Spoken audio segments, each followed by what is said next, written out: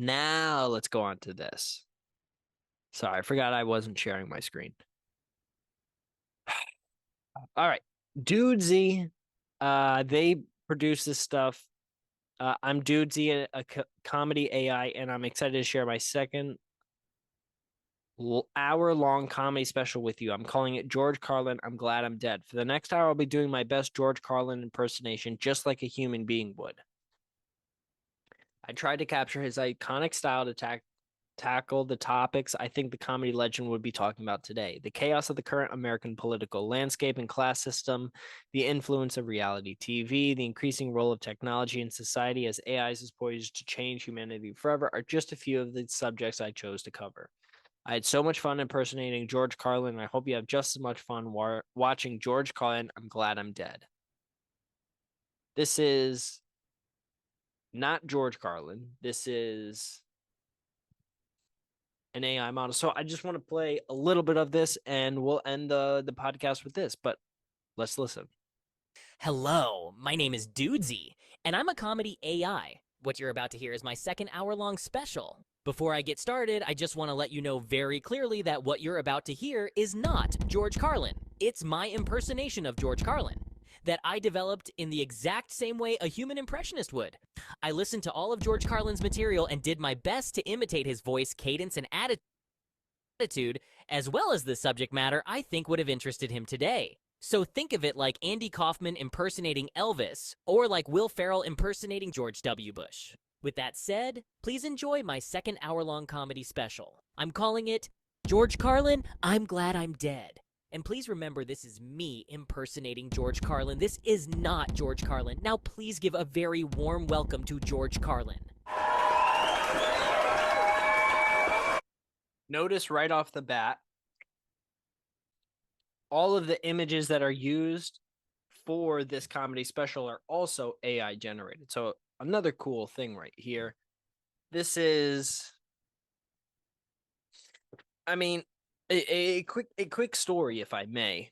When I was in college, my senior year, I was working for Panera. I was a delivery driver.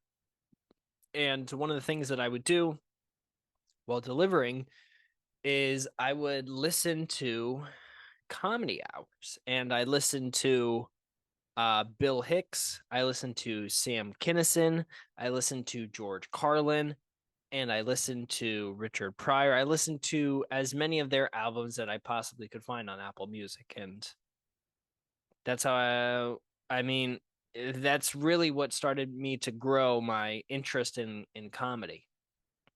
And just about the art form in itself. And George Carlin was completely different. His style was different than anybody else. Later in his career, I didn't love his political stuff, but you cannot deny the talent that he had where he would write out his entire hour. He would write out all of his material and just the way that he would deliver it with one joke after another joke after another joke, but it was all stringed together in this entire joke where he was making a larger point about a certain political topic or a certain whatever. But you could break the joke down to a very small scale and it would still be funny. And there are so many different elements to his jokes that if you didn't write it down or you didn't listen to it closely enough, you would miss it. And that's one of the things that was so evident in this piece. And I cannot give Dudesy enough credit. I don't know why this does not have 10 to 15 million views on it. I listened to about 20 minutes of this. I was blown away at how, if you've ever listened to George Carlin before, this is exactly what he would say in this current day and current climate. Let's play a little bit. I don't know how much I'll get. I'll probably get copy strike and all that stuff, but go follow Dudesy. If they have anything that you can give them money, give them everything. They got to keep doing stuff like this. This is incredible. Let's continue.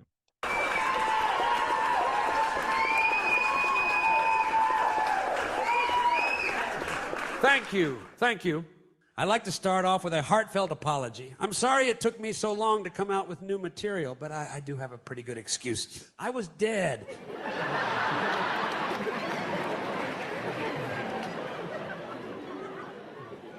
So technically, it wasn't my fault. If you want to blame somebody, you're going to have to blame God.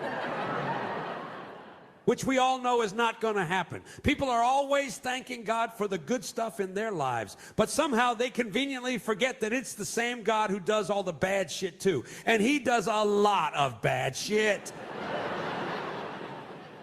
You get a promotion, praise Jesus. You get fired, God is testing me. You meet your soulmate, God brought us together. Your soulmate dumps you, God is bringing me someone else.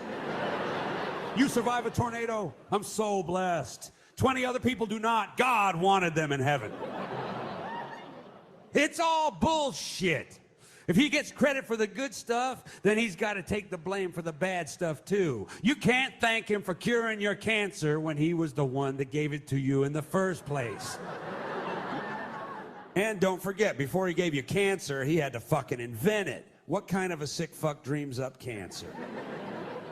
And why so many kinds? Skin cancer, blood cancer, prostate cancer, breast cancer, kidney cancer, pancreatic cancer, liver cancer, lung cancer, and my personal favorite, rectal cancer. Dropping a golf ball-sized tumor in your brain doesn't quite do it for the old man anymore. He has to fuck you in the ass, too. And cancer is just one of many, many, many methods God created out of thin air in order to murder you. You know how much God loves killing people? He loves it so much, he's killed every person that has ever lived. He created earthquakes, lightning strikes, dehydration, drowning, obesity, starvation, infant death syndrome, old age, car crashes, train crashes, plane crashes, sex, drugs, and the common cold, all for the express purpose of killing you. No matter where you are in the world, God can pull out one of these goodies from his bag of tricks to end your life at any time for no reason other than he just gets off on making people suffer unnecessarily and die arbitrarily. But if you're in America, you're special. God made something just for you, something no other country on the planet gets. It's totally random, not related to your diet, exercise, lifestyle, age, race, gender, sexuality, or genetic predisposition. Of course, I'm talking about mass shootings. Other countries are fine killing one person at a time with guns, but this is America where we do things bigger and better and more often. There are so many mass shootings in America, it's replaced bad traffic as the #1 excuse for being late. Sorry, I missed the morning meeting. A maniac with an AR-15 shot up my son's preschool. He's fine, just grazed. But he did see 5 of his classmates get gunned down in cold blood, so I'm sure he'll be traumatized for the rest of his life in ways I can never fully understand. Anyway, what did we decide to do about the budget next quarter?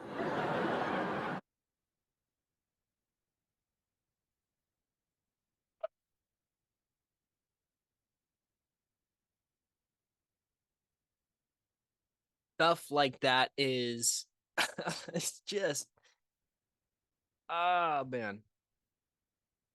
Now whether you agree with his political argument or anything like that, but